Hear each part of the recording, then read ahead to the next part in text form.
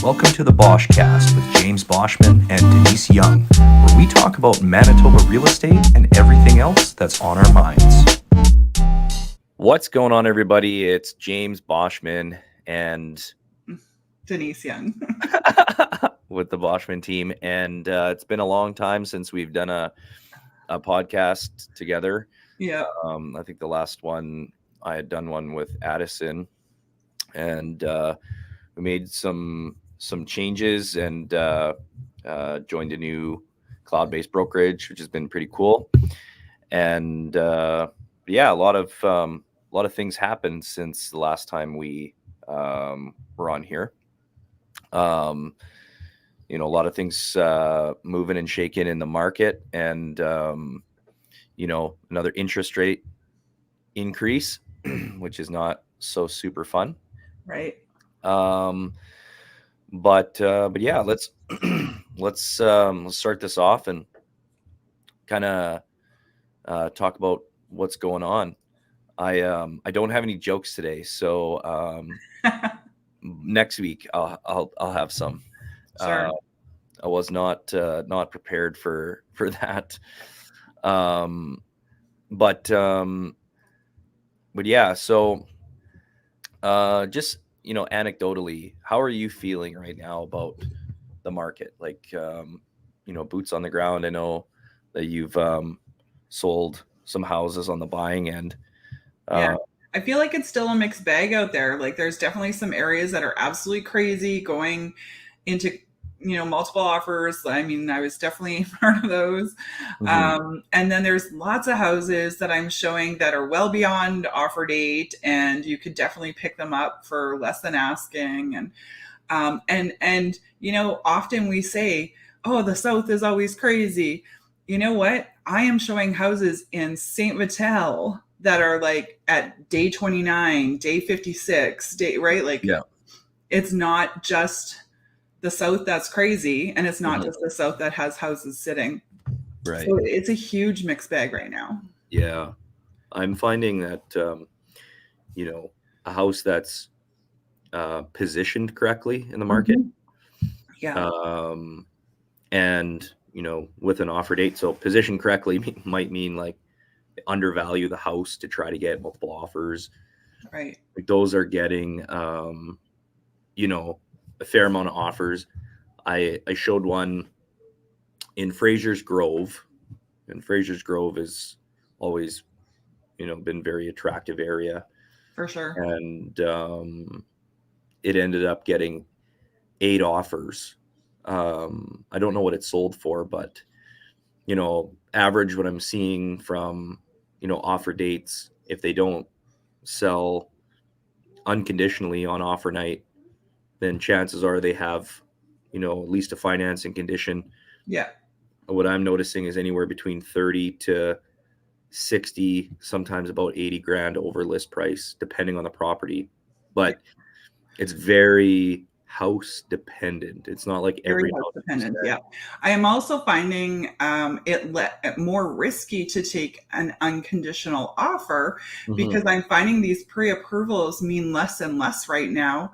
A lot of the banks are basically saying, okay, well, I'm going to pre-approve you at this rate, up to this amount, but you could probably go up to this amount, but we won't be able to know for sure what rate we can give you until we submit your offer. Mm-hmm. And that's causing some sketchiness, which is kind of scary for accepting an unconditional offer, because you won't know if it's a good financing until it's too late. Right. Yeah. So even if you're looking at an offer with no financing condition, I'd be asking for a letter to go with that. Yeah, ask for a letter. Yeah.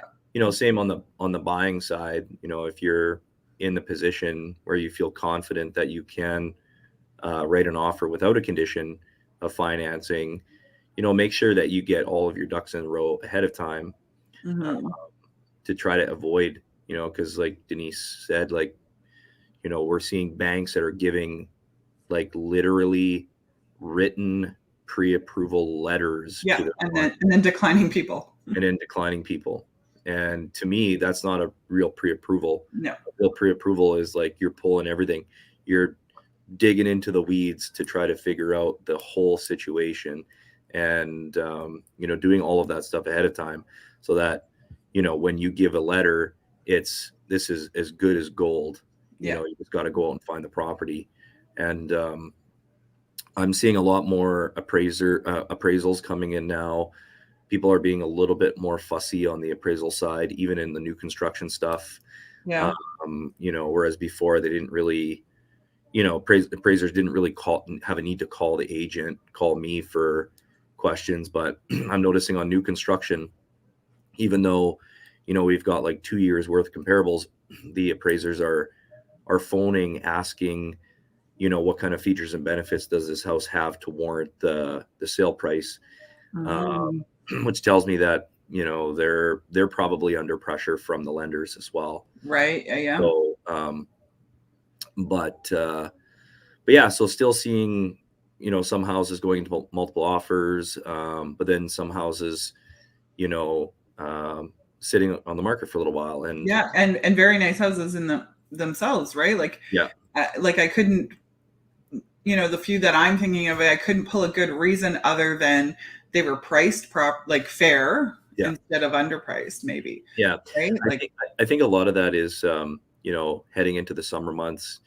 Like if we go back to pre-COVID times, this is normally a time where we see more inventory for people to look at. And I think that's part of this equation, is that, I'm noticing, instead of looking at, 2 houses or 3 houses in a neighborhood, and you've got like, 30 cards on the table from other showings that have been through the property before you. Now there's, 6 to 10 houses that you can look at, right? And so buyers are kind of back to that, looking at everything and then making a decision based on value. And, so that's why it's, even though, we're still technically in a decent market for selling, it's more important than ever before, especially more important than it was during the COVID years, to make sure that your house looks pristine, that you've done everything that you can possibly do to make that house appealing for, the buyers. Because if they have more options to look at and there's something that's a little bit nicer than yours, they might write an offer on that one, rather than writing an offer on yours. And if both have an offer date, that house might get, 6 offers and you might get 1 or 2. So, so that's just what I think we're kind of seeing anecdotally. I think that we're gonna, obviously June 7th, this podcast is June 9th. So just 2 days ago, Bank of Canada shocked Canadians by raising their benchmark rate to 4.75. So they raised it 25 basis points. And I was listening to a podcast the other day where they had an economist on who is one of 25 well-known economists in Canada. And he was saying that 23 out of 25 economists in Canada predicted that the Bank of Canada would not raise rates. Yeah. And they did. So that tells the markets. So the fact that the Bank of Canada, they caught everybody off guard, means that it was probably a last minute decision for them. Because normally what happens is the Bank of Canada will give some sort of rhetoric to prepare not just, the public, but prepare markets in general that there might be a rate hike coming. And they didn't do that. Right. And there was no talks, there was no rhetoric, there wasn't even a press conference after they did it. So that leads people to believe that, this is a last minute decision by Tiff Macklem, Bank of Canada governor, to essentially pull out a baseball bat and, try to whack-a-mole inflation, you know, try to beat it down to their target. Yeah. And Krista Freeland came out saying, she had like a little presser, like, the press were kind of asking her a bunch of questions and were really concerned about their decision. And she was saying, well, GDP is higher than what they expected. And, job growth is higher than they expected. The inflation numbers were a lot higher than they expected, that they wanted them to be. I don't think so number one, they look at lagging data. So they're using data from a report that came out in April. Well, we're in June now. So if they're looking at data like a rise in activity in April, well, that's seasonal activity. Most people could look at that and say, well, yeah, I mean, buyers get, really antsy. They want to get out and buy stuff in spring market, especially when we've just gone through 2 years worth of COVID where, people couldn't do the things. They couldn't travel. They couldn't, do all these things. And now people are going out to restaurants again, and they're, we're living our lives kind of, back to normal-ish. And so there's this big like spring burst of demand. And I think that the data that they were using in April could have been, an anomaly. But I think by them raising 25 basis points, it's like punishment for people. You shouldn't have gone out and spent money. You shouldn't have borrowed money. You shouldn't have, you should be more frugal and, help us out. And April's also when everyone's spending their tax returns. Oh, exactly. Right. Like, I think of all like the people I know that are like single moms, tight budgets, don't have a lot, throughout the year. They count on those tax returns to be able to buy like new bedding and new clothes for the kids and all that stuff. So yeah, there is an influx of spending in April for sure every year. That should be expected. Yeah. So it'll be interesting to see what happens. But I think, like, in terms of our market, I think that it seems like these rate increases, they take a little bit of time to stick. Sure. And in the short term, there's this sentiment. So like buyers in the market are like, oh, well, what's going to happen? They keep raising rates, and you get that, those buyers who are pre-approved prior to the rate hike, they're going to rush to buy something now. Yeah, their interest rate was locked in for a certain period of time, be it 60, 90, 120 days, whatever it is. Yeah. And now they're going to, race out and try to get something to try to beat that rate increase. Because if they don't buy something in that period of time, then they're going to be subject to the new rate. Right. And there's some even further speculation by economists that are saying, well, if they're bringing out the baseball bat now, then this might be another hiking cycle. So, the next Bank of Canada date is in July, and then I think they have one in September. And so people are like, well, what are they going to do? Are they going to keep going until, something breaks? And we really don't know. But, my theory is that, because the Bank of Canada they're pretty adamant that they want to bring inflation down to 3% over the summertime. And I think that these little incremental increases will do that. It's like turning the screws just a little bit more to squeeze and squeeze and squeeze for people not to spend. But I think that we're probably not going to get down to their 2% target until the first quarter, maybe the end of the first quarter next year. Like they're talking about this higher for longer. So I think because the data is lagging and they're relying on lagging data, it's probably going to be a while before these rates come down. Right. Like they might even go up a little bit before they come down. So if their target is like 2% by the end of Q1 of next year, like the inflation down to 2%, we Mhm. likely won't see rates come down until Q3 or Q4 of next year. I would say Q4 of next year, because if they're relying on lagging data, then they're probably going to want, if inflation does hit a 2% target next year and there's no recession, then they're probably going to want to see that play out for a period of time before they start dropping rates. Right. And that might take us into, the tail end of next year. So if people are, on the fence, rates probably won't get any better for a long time. So, if you're thinking about getting into the market or thinking about purchasing, and you need to do it now, I would recommend that you do it now, because even though there are still some houses selling in multiple offers, like Denise and I said, like, there are houses that aren't as well. So you could get lucky and, get a great deal or get into a great house in a prime area. Mhm. Also seeing that, some of the rural areas are not getting the same amount of activity that they did during COVID as well. Yeah. So it might be a good opportunity for people to get, some great value even outside of the city, if you're a buyer.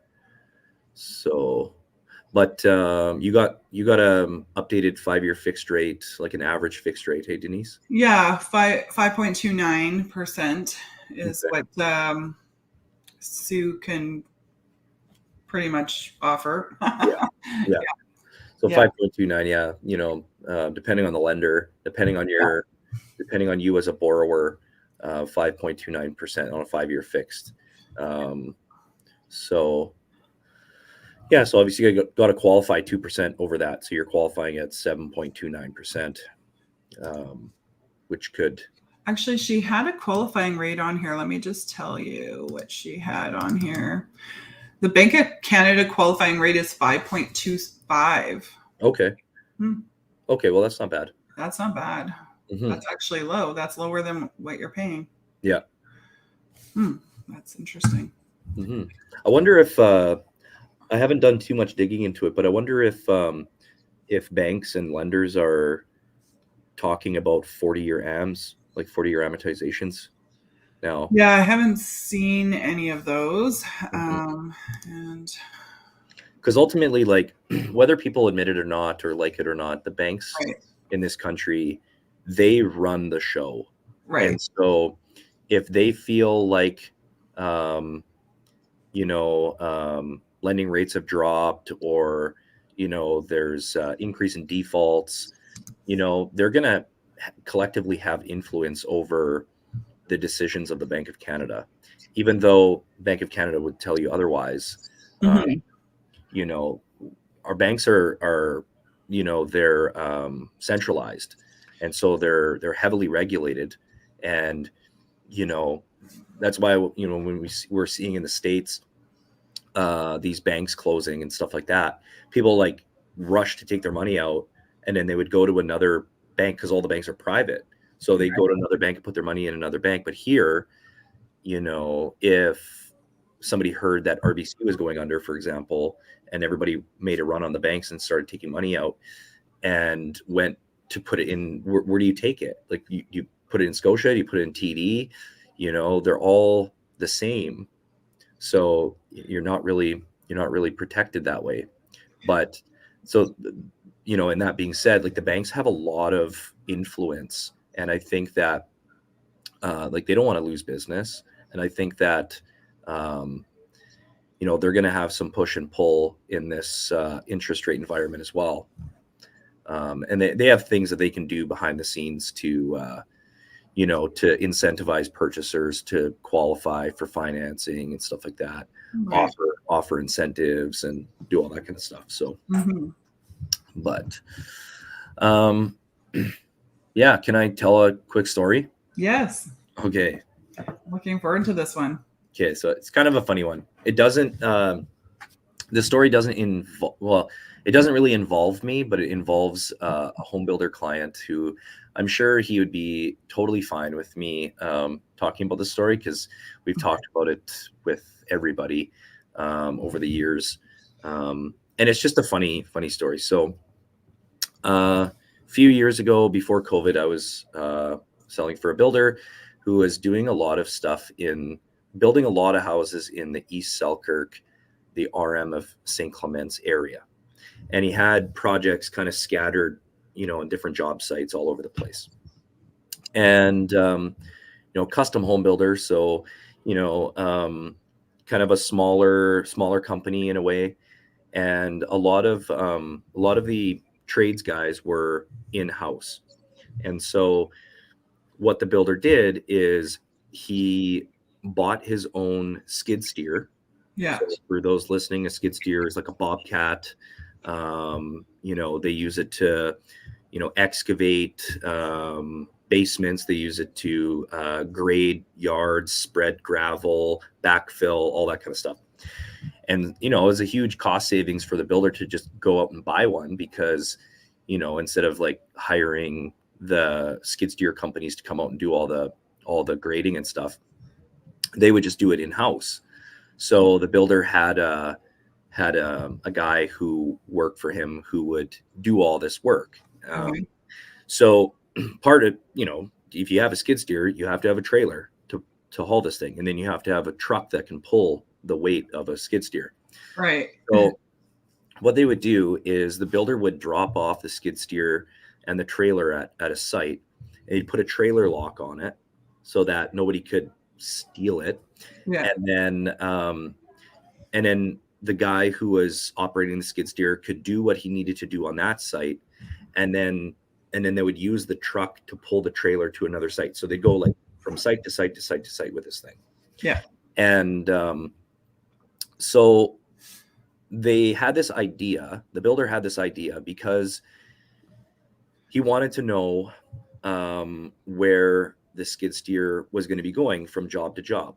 And, instead of relying on the in-house trades guy that was using the skid steer to do the grading, to call the builder every single time to say, hey, I'm taking, I'm done here. I'm taking it to this site, or I'm taking it to this site. The builder would basically tell him where he needed him to take the skid steer after he was done each job with the truck and with the trailer. And he put an air tag on the skid steer. An Apple AirTag is like a tracker. People use it on their luggage. Luggage, yeah. My husband uses luggage, yeah. And during the, big shit show of, all the airports and stuff. Yeah. Over the last few months, people putting air tags in their luggage to try to find their lost luggage. So he was like, oh, this is really cool. I can see where my guys are taking my skid steer, and all he had to do was pull the app, open his app or whatever, and then he could see, okay, it's over on this site, and then he didn't really have to pick up the phone and call anybody. So unless there was an issue. Right. So on a Friday, skid steer had been parked at a certain site in East Selkirk. The builder decides to go to the lake for the weekend. Yeah. And just out of curiosity, he happens to I think his app was open or something, and he's looking at his app and he sees his skid steer moving up a highway. Oh. Traveling at a very high rate of speed. Oh no. He's like, what the heck? So he tries calling the guy on his crew that operates the skid steer, but he can't get hold of him. So then he calls his business partner, and he's like, hey, I thought the skid steer was supposed to be left at such and such property until Monday. Yeah, it is. Well, according to my Apple AirTag, it's traveling north on number 6 highway right now past Warren. And he's like, we don't have any jobs up that way. So then who's got this thing? So his business partner hops in the truck, drives to the site where it's supposed to be. Sure enough, it's gone. Yeah. Somebody took it. And he saw the trailer lock, like the hitch lock, was busted up on the ground. So somebody stole it, right? Oh, yeah. So they called the RCMP, and the RCMP said, okay, we'll keep tracking it, and we'll call it call somebody up that way and try to go track it down. Yeah. They didn't hear from the RCMP, and this thing kept going north and north and north, and ended up stopping in St. Laurent.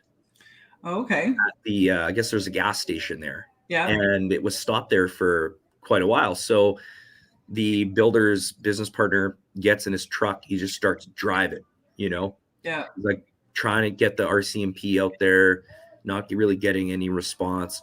Oh no. They weren't really like, they said they would actively try to find this thing, but they weren't. It's not like they were getting in their cars and chasing it down. Right.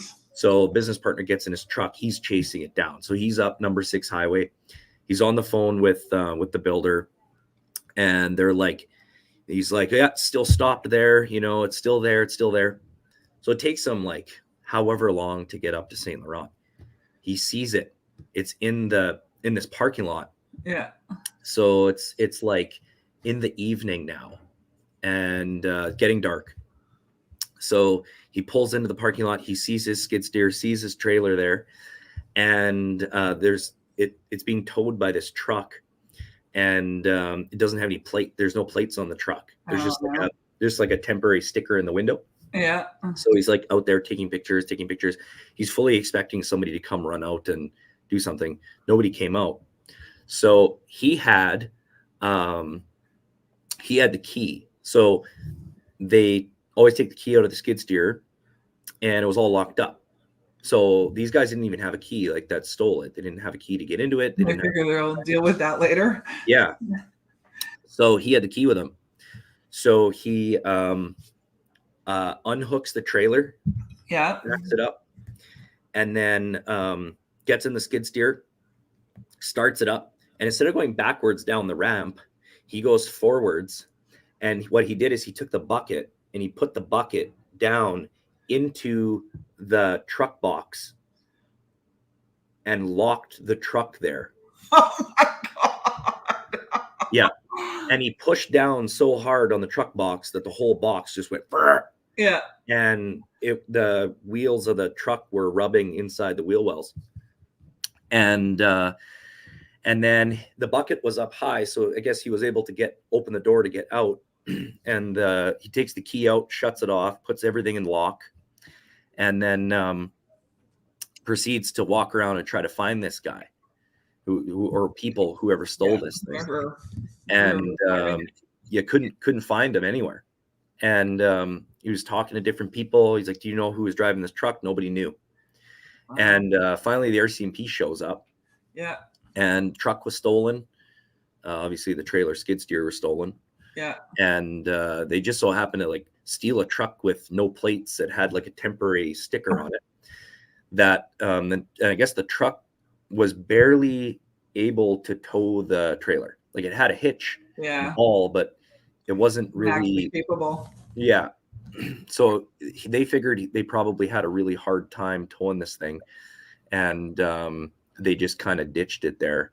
But still to this day haven't found the people who stole it. But the moral is, if you're a tradesperson out there and you've got a lot of sites on the go, Apple AirTags, great investment. You can order them on wherever, Amazon, Apple, and stick them on all your equipment, and get the app so that you can track where your equipment is going. Yeah, and if you're not an iPhone user, I'm sure the Google ones would work too. Yeah. Yeah. But I just thought that was so funny. Yeah. Thank God for the Apple AirTag. Yeah. But I'm trying to think of uses how I could use them, but I don't think we really have equipment or stuff that necessarily goes missing. You can stick them on keys of listings, maybe, so that if an agent forgets to put it back. There's a good one. There you go. Yeah. Yeah. I wish you could have them where it sends out an electrical shock. The person, if you push a button, they just get electrocuted. Yeah. But I'd like to put them on my open house signs in Lorette because they keep blowing away down the highway, and then I can never find them. Yeah, that's a good idea.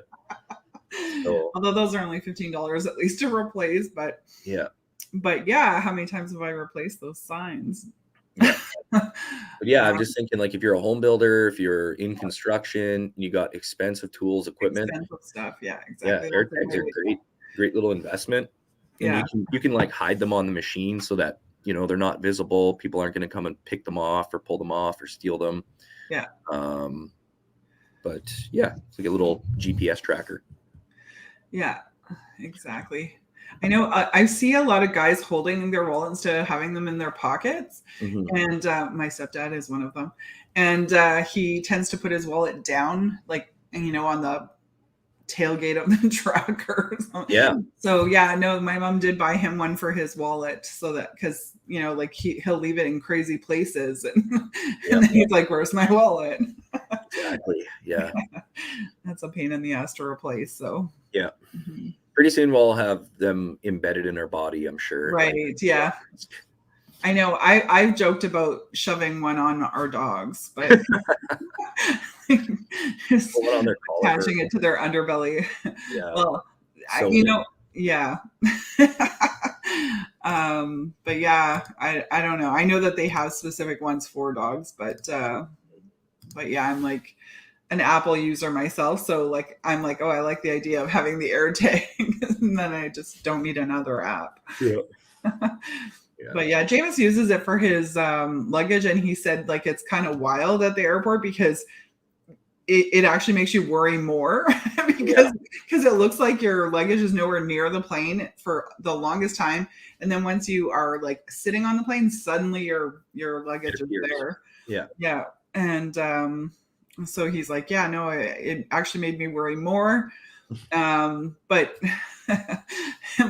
on those times when they actually lose your luggage, it would be nice because then you could tell them where it is. Although I hear, several people I know, they still lost their luggage with the Apple AirTag, and they don't do anything about it. Yeah. So even though you can say, yeah, my luggage is sitting in New York, they're like, okay, so what? Yeah. It's like, okay, well, I guess we'll see if it ends up here. Yeah. Like they don't do anything. Yeah. So now you know where it is, but there's nothing you can do. Yeah. Even if you have luggage, like I'm just thinking, a lot of times when you go to a hotel, and if you're going to a city or some place, and then like you get off your plane and then you drive or take an Uber or take a cab to the hotel, and you're there before check-in. Yeah, and they put I'm always like super worried about leaving my luggage with the concierge, or like with they put it behind the desk, or they put it in that little room. And I'm like, what if somebody just walks in and takes it?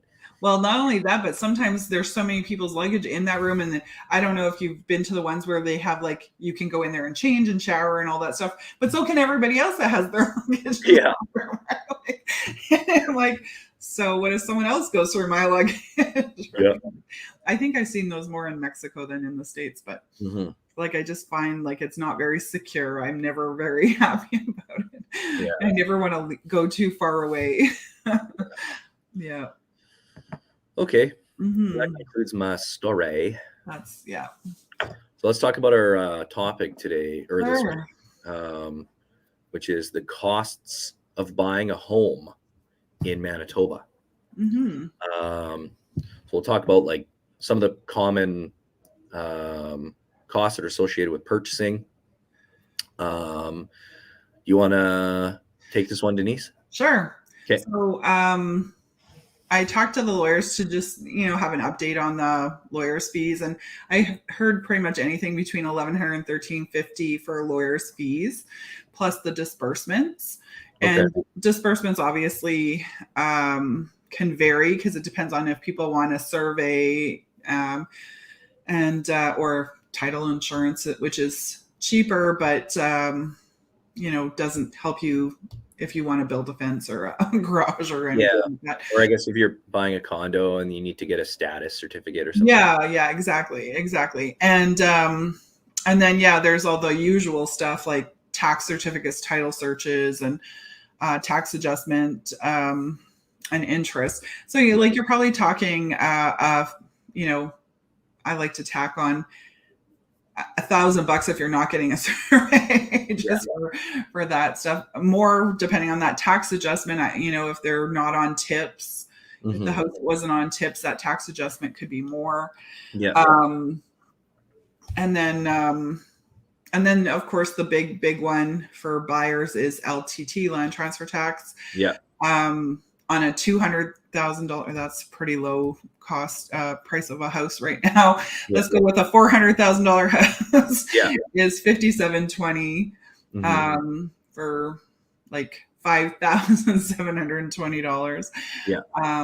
And because of the, like, we can post that like how they come up with that number, because it's, sliding scale. It's a sliding scale. Yeah. Yeah. And I find, like, 200,000 is 1,720, right? And 500,000 is 7,720. Like, it's such a, it goes up substantially after 300,000. Yeah. I know there's a lot of different land transfer tax calculators online that you can find, and the one that the Rate Hub one. Rate Hub is the one I like, because the Terranet one doesn't include the registration fee of $70. So it's not like, I feel like you have to remember to add that on. So it's not accurate. Yeah. Whereas Rate Hub already has that included in it. So I find that one is typically more accurate. Yeah. So would it be fair to say that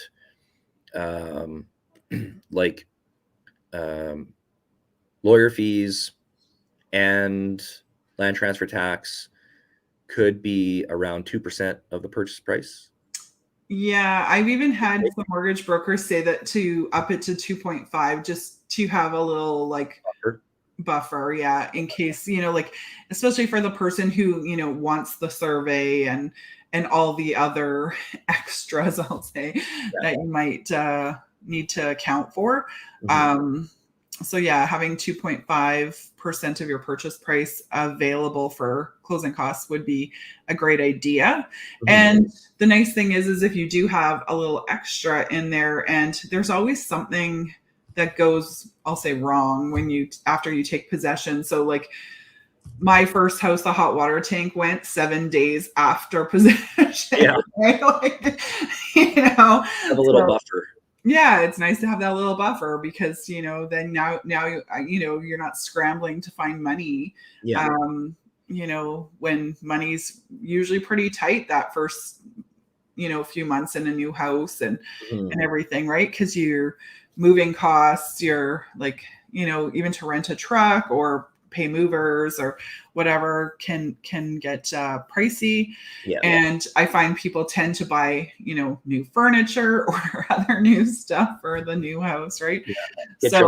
Get your locks changed. Yeah, exactly. Get your locks changed. That's always a smart one to do, because you don't know who's got a key kicking around. Got a key, exactly. Just because the sellers gave you the keys that they had doesn't mean that, their brother-in-law doesn't still have a key, or so when we an old tenant has a key. Yeah, when we moved into our place, it was an elderly couple that owned our place before us, and about 6 months or 8 months after, like, we didn't change the locks on our house, and the only reason is because we had they're very like unique door handles on our house. They're hard to find. They're from the 90s, and they're hard. You can't find ones like that anymore. Yeah. Our doors were painted, and they painted around them. Oh. So if we would have taken them off, it would have been like green and blue, matched. We would have had to repaint everything. So we were like, you know what, we'll just keep it for now. And the locksmith couldn't like rekey the lock. We didn't go that far. Okay. You didn't check. Okay. So we were living there for a while, and then neighbors on the one side, I was out just like cutting the grass or something. I can't remember what I was doing, but neighbors are on both sides of our house. They're a little older, and the guy comes over and he was like, so how you liking the place? And we're like, yeah, we really like it, and he said, yeah, the old neighbors were great. You guys are great, obviously, but the old neighbors were great. They were super quiet. But every once in a while they would go out to BC, and they would ask us to come in and like feed their animals and stuff like that, and take care of their place, take care place for them and check on it. And he was like, I'll be right back. I think I still have a key. So oh my gosh. So the neighbor had the key. Yeah. And then about a year later, his wife says, oh, I think we have another key. So she's like, we can keep it if you want. And then, if you guys are ever out of town or whatever, we can just come in. You tell us what we need to do or whatever, just for emergencies. And I was like, oh my gosh, how many freaking keys are out there? So yeah, really good idea. It is a good idea so that you can control who has the keys. Either get it rekeyed or just get a whole new set of locks. New set of locks. I love that smart key system because if you buy, say, like 2-3 door handles, like our house has 3 different door handles, or maybe 4. So you buy them and they come with different keys, but then you rekey them all to one, and then you have the extra keys if you have to rekey them again. Like all of, maybe I gave someone a key and now we don't want them to have access anymore. We could rekey them. And I have clients that have rental properties, right? And that is an awesome system for rental properties because then, when you get rid of a tenant or a tenant moves out, you can quickly rekey without any cost, right? You're not incurring costs constantly of.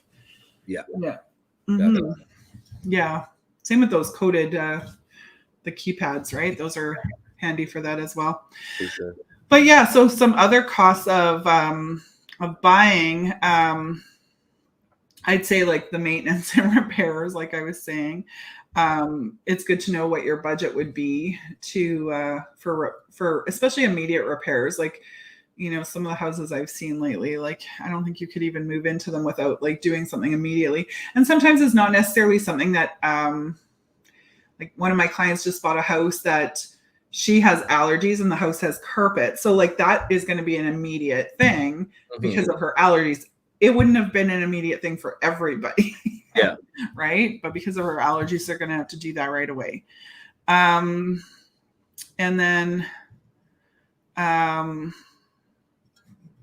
it's good to have your pre-approval so that you know like what you can spend. I'm trying to remember why I put this down as, but it does help with, your budgeting, right? Like if you know what you can spend, then you know what you have to have for closing costs. And you can even, I'd say cash flow wise, even though like the deposit and the down payment are all part of that, what you're spending on, that's all cash flow that you need up front. So I would include that in cost to buy. So yeah, you need your 2.5% for closing costs, but you also need your 5 to 20%, depending on what you've decided on with the bank, how much you're putting down on the house. Yeah. And that, $10,000 or more deposit that you're going to write a check for so that you can, get the house. Yeah. Your deposit. So those are all good things to think about. So, long past are the days where $2,500 was enough to go out and buy a house. Yeah. James is like, I don't remember those days at all. I've had some clients who've tried writing offers with a $500 deposit. And I'm like, guys. Yeah. I think when we bought our first house, I'm going to really age myself now. I'm pretty sure we wrote $100 deposit on our first house. I mean, our first house was $47,000. Yeah. And like I'm pretty sure that's all we wrote. And then like closing costs and down payment, I think, I don't remember needing even $5,000. Right? Like, it was pittance. Yeah. Like compared to now, it was barely anything. So yeah, it was a lot easier to buy a house at the age of 20 back then than it is now. Right. Yeah. Yeah. No, that's funny. I can imagine buying a house for $47,000. Yeah, with $100 deposit. But I mean, in the 90s, stuff wasn't selling very quickly, right? So if people were happy to take an offer of anything, with anything on there, right? Yeah. So, yeah. Cool. Mm-hmm. Yeah. And then, like you said, budgeting for like having a reserve fund in place in case there are some items that fail shortly after possession. Yeah. Big ones that I find lately, being on the buyer side, if you have a buyer or if there's a buyer that purchases a home that's been vacant for a little while, Yeah. if you think about like a house that's been newly renovated or a flip, Yeah. they've been sitting vacant for a long time. And, chances are the people who are selling the home, if it's a flip, probably bought it from, could have bought it from an estate sale or a power of attorney sale Sure. where, in order for that house to enter the probate and all that kind of stuff, like it probably was sitting vacant for a long time prior to them taking possession and then gutting it and then flipping Yeah. it. So if a house sits for a long time before there's new ownership, plumbing can dry out. Yeah. And if it's in a mature area, you can have tree roots that, like, if there isn't constant sewer water going out to the street, and if you have like older lines, which is, very, very common, it's Mm-hmm. like every old home in an old area has old either clay lines or cast iron lines that are stuck together going out to the main sewer. You can get tree roots that grow in. And Yeah. so, Even if the house isn't sitting, that happens. Like right. we used to have to do that on our house on Yale. Probably every 24 months, we had to have that cleared out just as a precaution, or we would have backup. Yeah. So if you imagine like, a new home buyer taking possession of a house that's been decently renovated, it's not something they think about. And then they go to do, 10 loads of laundry in their new house and Yeah. they're running the dishwasher and all that kind of stuff right away. Yeah. Then if you have a plugged line because of tree roots growing in there, Yeah. you're going to get sewer back up. Yeah. So that's an expense that I would recommend people, if you're buying a new home, just have like a Roto-Rooter or one of these tree root companies come and just do like a once over possession day or just shortly after possession day, so you avoid any of that issue. Right. Later on, because those are things that even a home inspection, they're not going to be able to scope a sewer line like that Right. to see if it's plugged. Yeah. Very true. Yeah, and then obviously budget for your utilities and your Yes, all the hookups, all like the hookups. like internet and cable and or Yeah, whatever if you you're going with. purchase a new modem or anything like that, like budget Yeah. for those types of things. Right. But yeah, that's pretty detailed, I think. I think so. Yeah, and obviously, if anybody listening is a buyer or thinking about buying and they want more in-depth rundown of the costs, you can always reach out to us, and Yeah, I have a nice form for that. yeah, we can get you something. Mm-hmm. So last but not least, we'll shout out some local businesses, some flowers to some local businesses. I'll go first. Sure. So Tara and I went for dinner to Friskee Pearl. Where's that? Friskee Pearl, it's a restaurant in the old Earl's restaurant on Main Street. Oh, is that we went in there? Okay. Yeah. Awesome. So it's owned by the owner of the King's Head. Nice. And apparently he is from the East Coast, grew up in like the Halifax, just outside of Halifax. Okay. And his parents, we talked to him, so we got the whole story. But Sure. super nice guy, Yeah. and really down to earth, and you can tell like he's a super hard worker. And his parents, they are, I guess they export seafood from the East Coast, and so he gets the freshest seafood. Probably the freshest of any restaurant in Manitoba. Interesting. I gotta go there. So we went balls to the wall because Yeah. Aaron and I, we love seafood and we love the East Coast. Yeah. Yeah. So we We had oysters, we had mussels, we had crab cakes, which were amazing. All real crab. Yeah. And then we had a whole lobster and it was freaking unreal. Yeah. And their drinks are really good too. Like they have some Yeah. really cool cocktails on the menu. I know it's not seafood, but their Brussels sprouts are the bomb. Yeah. Oh my God. Yeah. Really, really good food, good people. It's a very large space. So it was, if you imagine the old Earls, like they Yeah. have a massive bar and then they have a huge dining room and then they have the patio outside. So Yeah. I was thinking like, how is this going to work? Like it's a new restaurant with such large square footage, but if you go there, Friday evening, Saturday, it was packed in there. Oh, good for them. Awesome. Patio is great. Yeah. You go there for lunch. They have lobster rolls. Yeah. They have like salads. They have soups. They have, clam chowder. It was a great experience. Good food. Definitely go back. Yeah. And I'm stoked that, it's just really exciting to see new restaurants take hold and be, semi-successful again after COVID. Right. So, Yeah.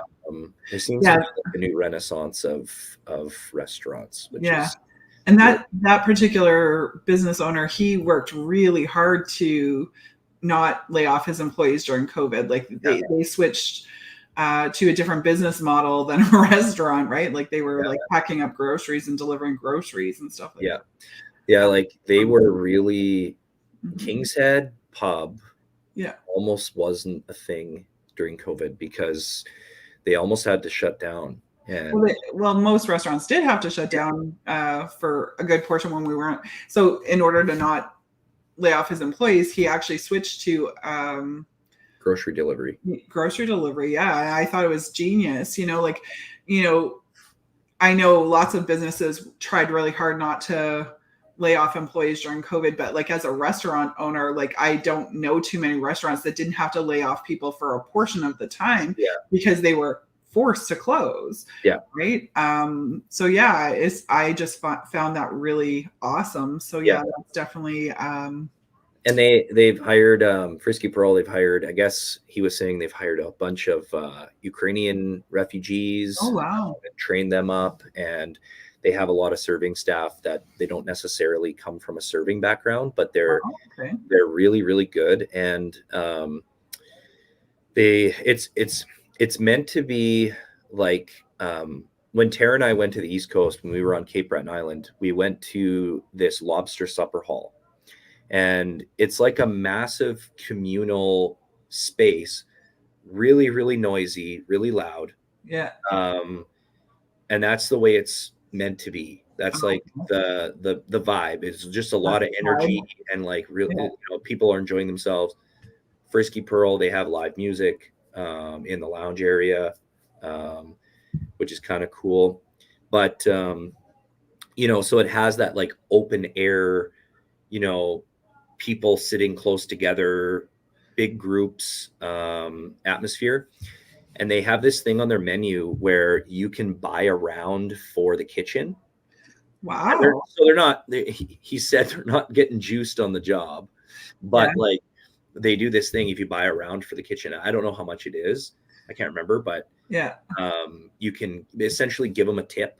And when they get a tip, they have a bell and they ring it, and then they go, and they ring the bell, and it's like super funny, and you hear them like pum, pum, pum, pum, pum, pum, like stomping around back there. Yeah, it's kind of cool. So that sounds fun.